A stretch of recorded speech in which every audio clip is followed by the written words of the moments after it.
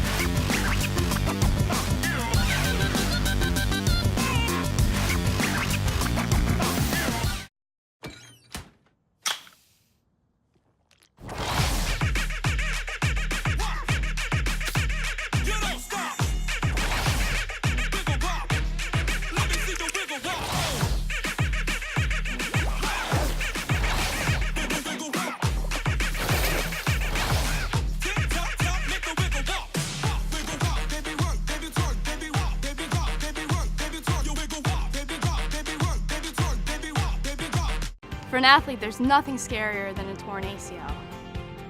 Athletes trust us with their care and their careers because we're a recognized leader in sports medicine. Get back to your active life sooner with MedStar Sports Medicine. White Market's ice cream plant is based in Sunbury, Pennsylvania, and it's locally owned and operated. We've been making our ice cream for nearly 50 years. We create roughly 70 flavors of ice cream right now. We use local ingredients, especially our cream, which is from our milk plant. The cream is what gives our ice cream a rich and creamy texture. Now, together with our customers, we've created a product called Peanut Butter Indulgence, which will be coming out this summer. It's a peanut butter ice cream with sea salt caramel swirl and chocolate-covered pretzel. How can you go wrong with that? Personally, I love our ice cream. If you come to our house at any given time, you'll find at least 5 packets of ice cream in our freezer.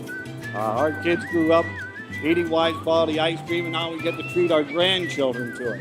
It's been a pleasure for me to be tasting ice cream for over 40 years for Wise Markets, and I'm loving every minute of it. Welcome, Tiger fans, to another edition of the Tiger Basketball Report. I'm your host, Spiro Morekas, joined by head coach of the Tigers, Pat Skerry. And Coach, exams are over. The long break is over. Team hasn't played, will not have played a game in 11 days. But you are headed on another rough road trip as you will start at Oakland in Michigan against a team that has really been a powerhouse for the last 5 years. Yeah, I mean, a terrific team. Greg Campy's done a great job. He's a institution out there. He's taken them from Division II to the highest level of Division I basketball. So it'll be a great challenge for us. We'll be excited about it. They defeated us a couple of years ago in the postseason tournament out in Las Vegas. The little guy Kay Feller, who plays for the Cleveland Cavaliers. So it'll be a good crowd. Our guys are excited, though, for the challenge. We've got to play well on both sides of the basketball. And it will be two coaches that tend not to sit in their seats during games. Oh, is that right? Yeah. It's funny. He's a really good coach. We actually serve on the NABC committee together, but I don't ever really notice what's going on now. You worry about your own team.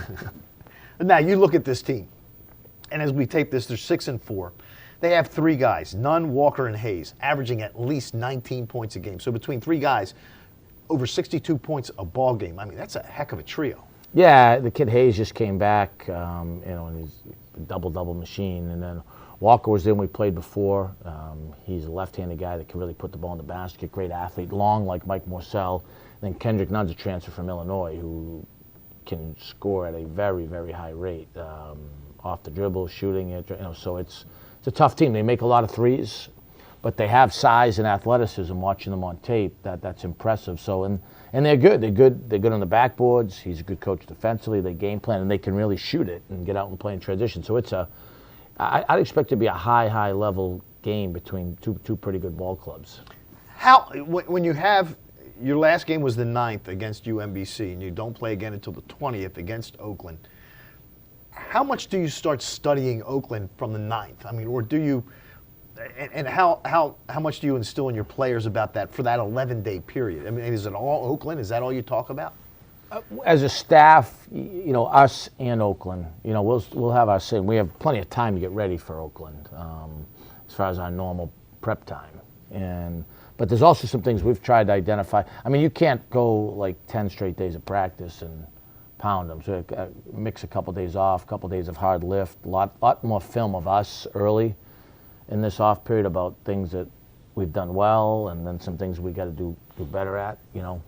Both as a team, and then sending guys individual clips that guys love their mobile devices, so we send them a lot of stuff that way. So I think like if I would evaluate early some stuff with us, what we got to get better at, Right. and skill, a lot of skill work, and then normal prep time getting ready for what we know will be a difficult matchup. Yeah, you're always worried coming off a layoff, but I could make the argument we played so much early that, and with exams and the stress of that and the pressure of that we needed a little bit of break too.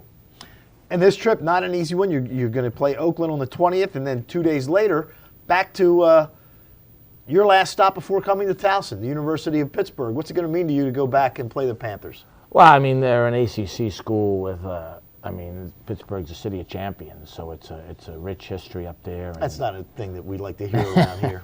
Hail to Pitt, right?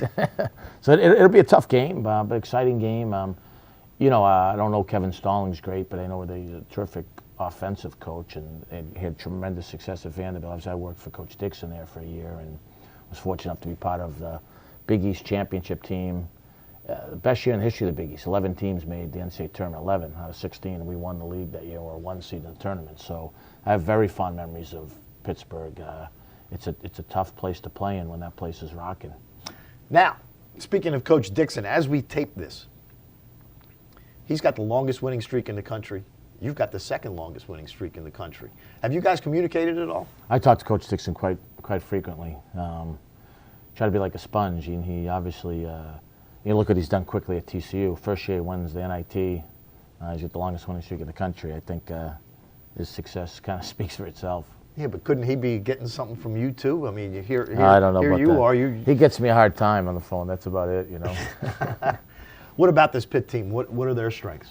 Well, the kid Ryan Luther, veteran, is a really good player, and they get some terrific young guys. He averages a double-double. Yeah, he's really good. Strong, shoots it.